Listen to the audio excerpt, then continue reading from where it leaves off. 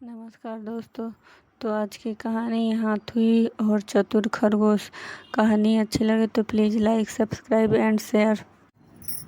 एक वन में चतुर्दंत नाम का एक महाकाय हाथी रहता था।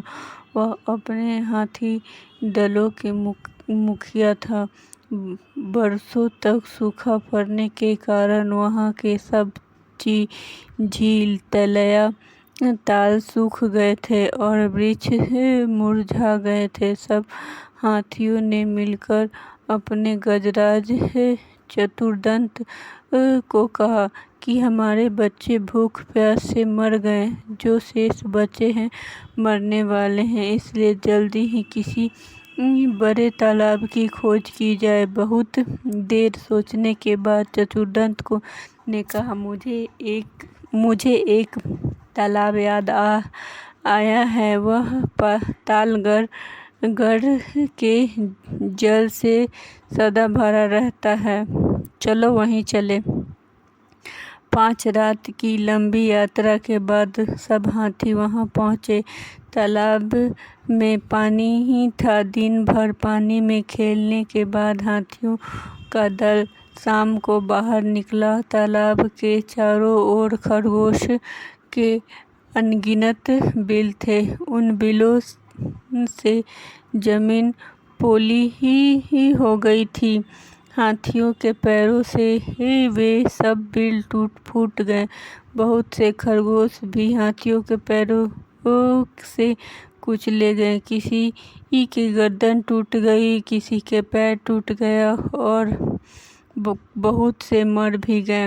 हाथियों ने के वापस चले जाने के बाद उन बिलों में रहने वाले छत विछत लहूलुहान खरगोश ने मिलकर एक बैठक की। उस में स्वर्गवासी खरगोशों की समृद्धि में दुख प्रकट किया गया तथा भविष्य के संकट का उपाय सोचा गया। उन्होंने सोचा, आसपास के अन्य कई जल न होने के कारण ये हाथी अब हर रोज इसी तालाब में आया करेंगे और उनके बिलों को अपने पैरों से रौंदा करेंगे। इस प्रकार 2-4 दिन में ही सब खरगोश का वंश नाश हो जाएगा। हाथी का स्पर्श ही इतना भयंकर है कि जितना सांप का सूंघना, राजा का हंसना और माननी का मान। इस संकट से बचने का उपाय सोचते सोचते एक ने सुझाव रखा, हमें अब इस स्थान को छोड़कर अन्य देश में चले जाना चाहिए। यह परित्याग ही सर्वश्रेष्ठ नीति है। एक परित्याग परिवार के लिए, परिवार का गांव के लिए, गांव का शहर के लिए और संपूर्ण पृथ्वी का परित्याग अपनी रक्षा के लिए करना पड़े तो भी कर देना चाहिए।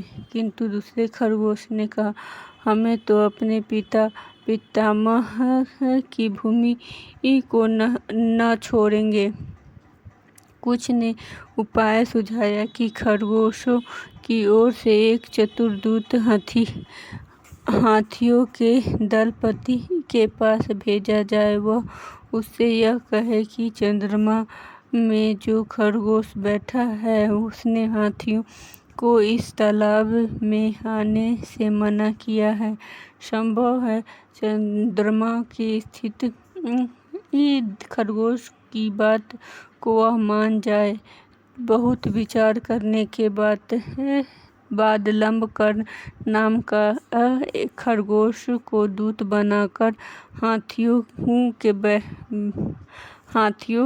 के पास भेजा गया। लंबकर्ण भी तालाब के रास्ते में एक ऊंचे टीले पर बैठ गया और जब हाथियों का झुंड वहां आया तो वह बोला, यह तालाब चांद का अपना तालाब है, यहाँ मत आया करो। गजराज, तुम कौन है?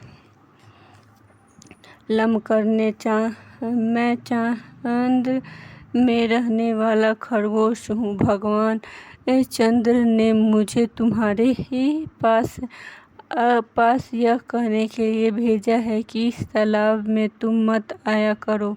गजराज ने कहा, जिस भगवान चंद्र का तुम संदेश लेकर आए हो वह इस समय कहाँ है? लमकर, इस समय वह तालाब में है। कल तुमने खरगोशों के बिलों का नाश कर दिया था, आज वे खरगोश की विनती सुनकर यहाँ आए हैं।